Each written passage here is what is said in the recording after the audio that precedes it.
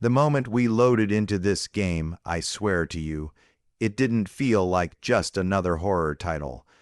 No, this one hit different from the very first second. The menu alone felt wrong.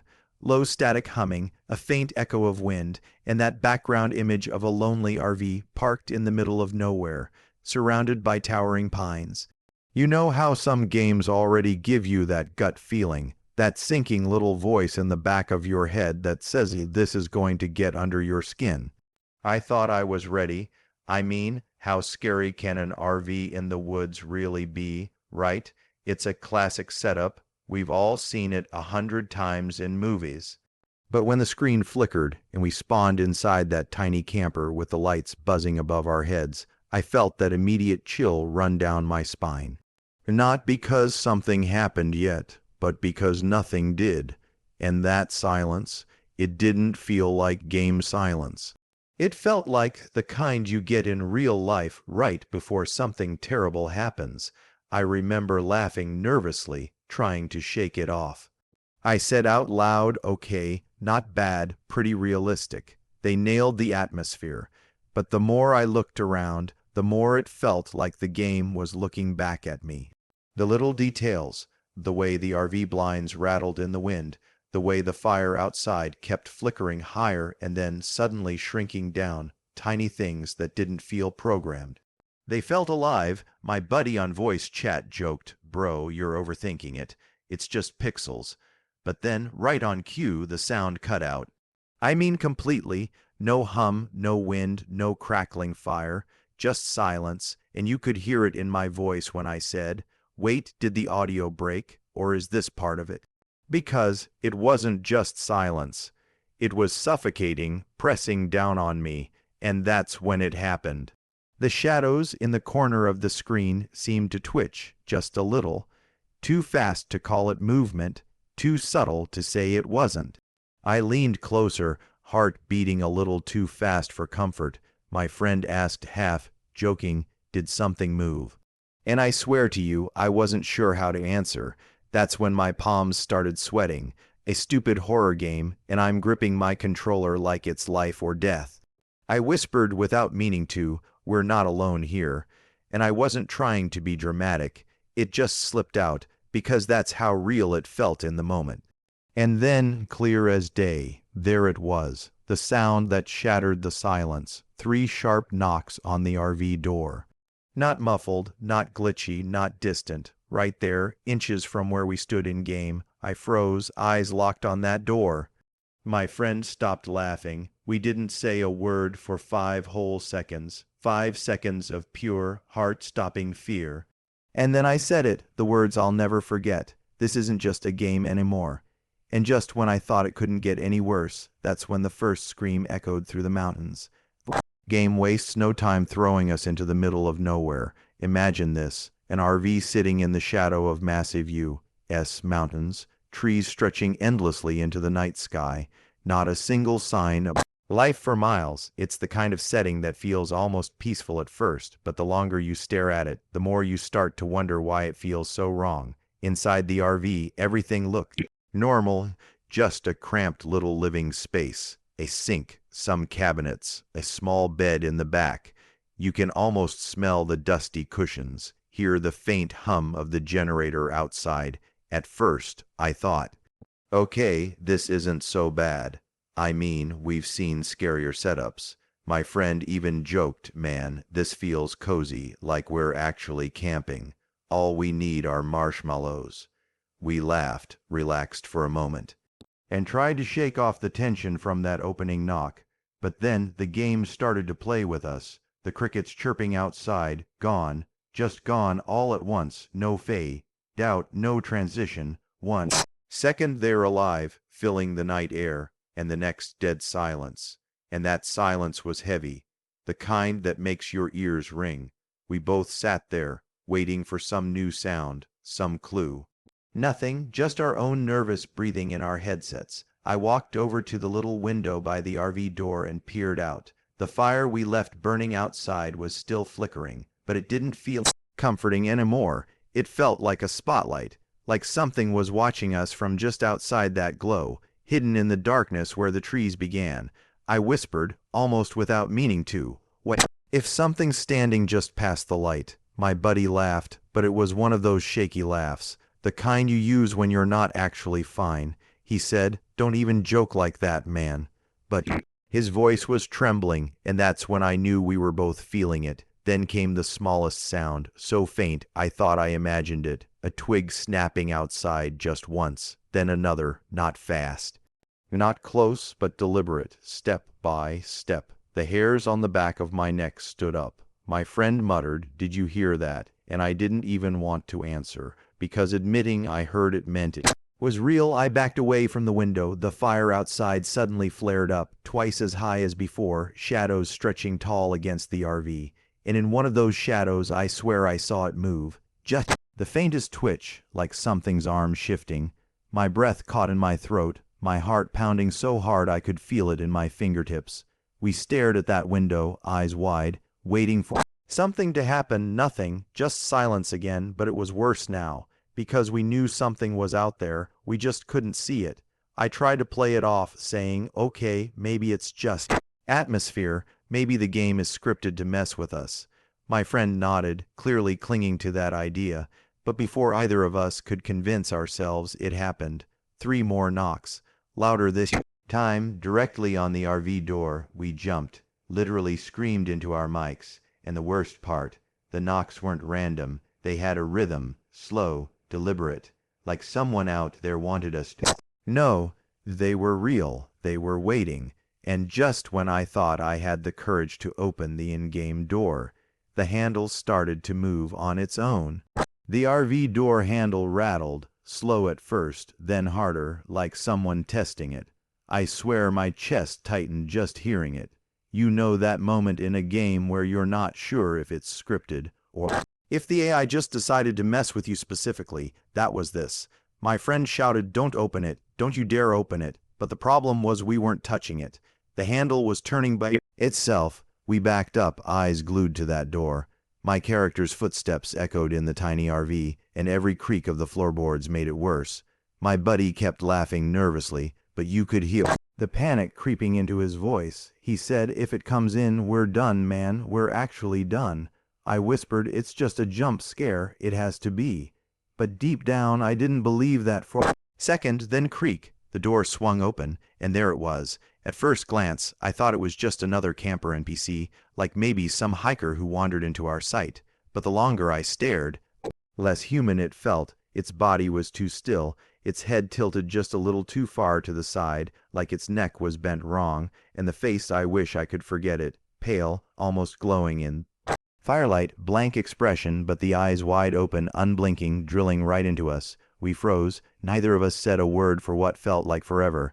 The figure just stood there, framed in doorway, like it was deciding if it should step inside. My buddy finally whispered, "Say something, do something." And I couldn't. I literally couldn't move. My palms were so sweaty, I nearly dropped my controller.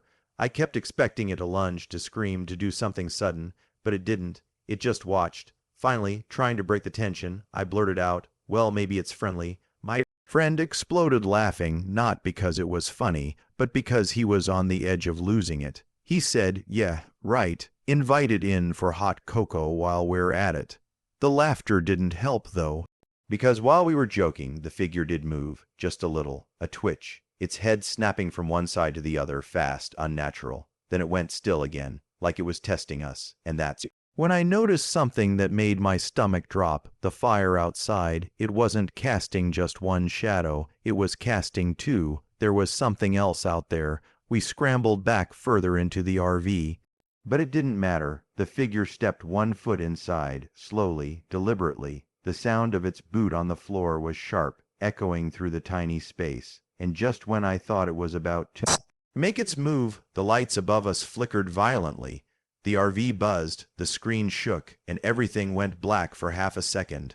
When the light came back, it wasn't at the door anymore. It was standing halfway down the hall, closer to us than before, and in that instant we realized something horrible. It didn't walk, it didn't run, it was teleporting, and if it could do that once, it could be anywhere now. The figure was gone from the doorway. 1 second it was there, the next it was standing halfway down the RV narrow hallway, closer, its head brushing the ceiling. I swear my stomach dropped. But he whispered, "Nope, nope, nope, this is broken, this is actually broken." But the worst part, the thing wasn't glitching, it wasn't jittery like a bug, it was smooth, intentional, like it wanted us to see how easily it could move. We both froze, controllers in hand, not even sure what button to press. My character was shaking, not because of an animation, but because my hands couldn't stop trembling on the sticks. The RV, once cozy, suddenly felt like a trap. Nowhere to run, nowhere to hide. Then the lights above us flickered again, first dim, then out, total black. I couldn't see my own hands on the screen, just faint outlines of the RV furniture. My headset crackled with static, whispers layered under the noise, voices that didn't sound like English. Too fast, too broken. My friend muttered, "Are you hearing that? Tell me you hear that too." And I just whispered, "Don't talk, just listen." And that's when I realized something that made my skin crawl. The whispers weren't just coming from the headset. I could feel them, like they were pressing against the back of my neck. Then, click, the light snapped back on for a split second, and there it was, right in front of me, inches away, its face filling the screen, pale skin stretched too tight, eyes wide open. My heart nearly stopped. I screamed, yanked my controller so hard the cord almost pulled out, and then darkness again. This time, when the lights flickered back, it wasn't alone. Another one was standing by the RV little kitchenette. Same pale skin, same tilted head, both of them completely still, just watching. We backed up all the way to the rear bed, hearts pounding, whispering frantic plans to each other like, do we run? Do we fight? What do we even do? But before we could make a move, the cabinet doors started slamming one by one, bang, bang, bang, louder and louder, plates crashing to the floor, the whole RV rattling. I tried the game menu, desperate to pause, but it wouldn't let me. The option was grayed out. My friend yelled, "We're stuck, we can't quit." And that's when panic truly set in, and then came the sound that froze us completely. Footsteps inside the RV, but not just one set, several, fast, heavy, running toward us from both directions of the hallway. We were trapped. The game wasn't giving us a way out. I don't think I've ever gripped a controller so hard in my life. My heart was hammering against my chest, my throat dry, every instinct screaming to run, but knowing there was nowhere to go. And that's when we realized the thing in front of us wasn't the only one in the RV anymore. They were everywhere. The second we realized the RV wasn't just occupied by one thing, but many, the panic set in. You know that gut punch where your brain says, it's over, there's no way out. That was us. Shadows flickered across the walls, cabinet doors slamming shut and then flying open, footsteps pounding from every direction. It was chaos. We both started shouting at each other like actual campers trapped in a nightmare. My buddy screamed, "Start the engine, get us out of here," and I'm fumbling with the controls, trying to interact with the ignition. My character twists the key. The RV dashboard lights up for half a second and then dies. The fuel gauge drops straight to zero. Empty. My friend yells it drained the gas. The game actually drained the gas. My heart was pounding so hard, I could barely think. We were stuck in a coffin on wheels. The pale figures were still there, standing completely still, but somehow closer every time the lights flickered, watching, waiting. I ran to the back of the RV, hoping there was some kind of weapon, some escape mechanic. Nothing. Just the shaking bed, the curtains fluttering like wind was blowing inside, even though all the windows were shut. My friend's mic crackled, and he whispered, "Dude, it's behind you." I spun the camera, and sure enough, one of them was standing inches from my character's face. No sound, no jump scare scream. Just there, staring, that was it. We snapped. My buddy shouted, "Forget the RV, grab the lantern. Run," and in-game, my hands fumbled to pick it up, the weak glow spilling across the walls. I swung the door open, and we bolted out into the woods, and for a moment, it felt like freedom. The trees stretched out endlessly, the mountain air heavy and cold, the fire behind us dying out. I could almost breathe again, but then I heard it, the sound of something chasing, heavy footsteps slamming the ground, fast, faster than we could run, branches snapping. whispering voices circling us in the dark. The lantern light was barely strong enough to see a few feet ahead, and every time I swung it around, I caught flashes. Pale arms darting between the trees, shapes crouching low, darting closer. We kept running, breathless, screaming directions at each other like, left, go left, and don't look back. But of course I looked back, and I wish I hadn't, because behind us, pouring out of the tree line, were dozens of them, not just one or two, dozens, some crawling on all fours, some staggering, some sprinting inhumanly fast, their eyes glowing faint in the dark like predator animals. My friend gasped, "We're not supposed to win this, are we? This is impossible." And I knew he was right. The game wasn't about surviving. It was about dragging us deeper into the nightmare. My lantern flickered, sputtered, threatening to die. I shook it frantically, my hands slick with sweat, whispering, "Don't go out. Please don't go out." The light flared one last time, and that's it. When we saw it, the RV, barely visible through the trees, like a beacon of false hope. We sprinted toward it, branches slashing at us, footsteps closing in from every side. My buddy yelled, "We can't make it, just run." My screen shook as something grabbed at my character's leg, pulling me down, but I mashed the buttons and broke free. The RV door was just a few feet away. I could hear my own breath, my own heartbeat, louder than the game itself. And then, slam, the RV door closed. From the inside, we froze, staring at it in disbelief. The one place we thought was safe was already taken. And that's when I realized something had gotten back there before us. We stood there, just outside the RV, gasping, clutching that useless lantern like it was going to save us.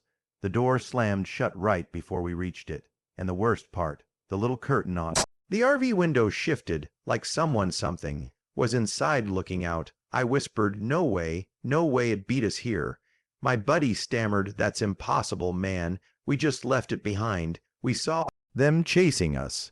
But then the lantern flickered, and for a split second I caught it.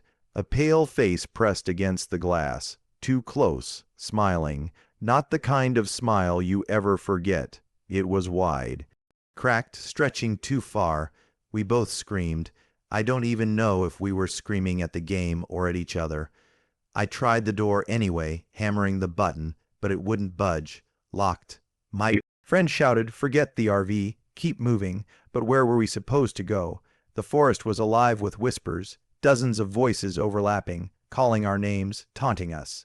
And then the woods lit up, eyes everywhere, dozens, no, hundreds of glowing white eyes blinking in the darkness, up in the trees, crawling along the ground, circling us, closing the distance. The lantern sputtered in my hand like it was terrified too, and then it died, pitch black, the sound of footsteps closing in, hands brushing against my character's arms, pulling at the screen, dragging me backward. My friend's voice breaking through the headset, screaming, "I can't see. I can't see." And all I could do was mash every button on my controller, praying something would happen. Then silence. Everything froze, no footsteps, no whispers, just dead quiet. My screen lit up again, but not with the lantern, with the RV interior. We were back inside, except it wasn't our RV anymore. Windows were blacked out, covered in claw marks. The cupboards were dripping with something dark and wet, and sitting in the driver's seat, still waiting, was one of them, hands on the wheel, head tilted back, smiling. The screen flickered, static ripping across the picture, and then it cut to black. No victory screen, no game over, just darkness. For a long moment, neither of us said a word. Then my buddy finally muttered, voice shaking, "We're never, and I mean never, camping in the mountains again." I laughed, because what else could you do? But even laughing didn't help, because I kept seeing that face, pressed against the glass, waiting. So yeah, safe to say, this game, never touching it again. And if you're thinking of camping in an RV out in the mountains, maybe don't.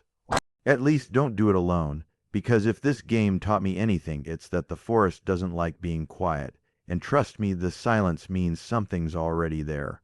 Alright guys, I need to end it here before I actually start checking behind my blinds. If you enjoyed this nightmare, drop a like, subscribe, and buckle up, because the next story I've got makes this one look like a campfire sing-along. Safe to say, we're never opening that game at night again.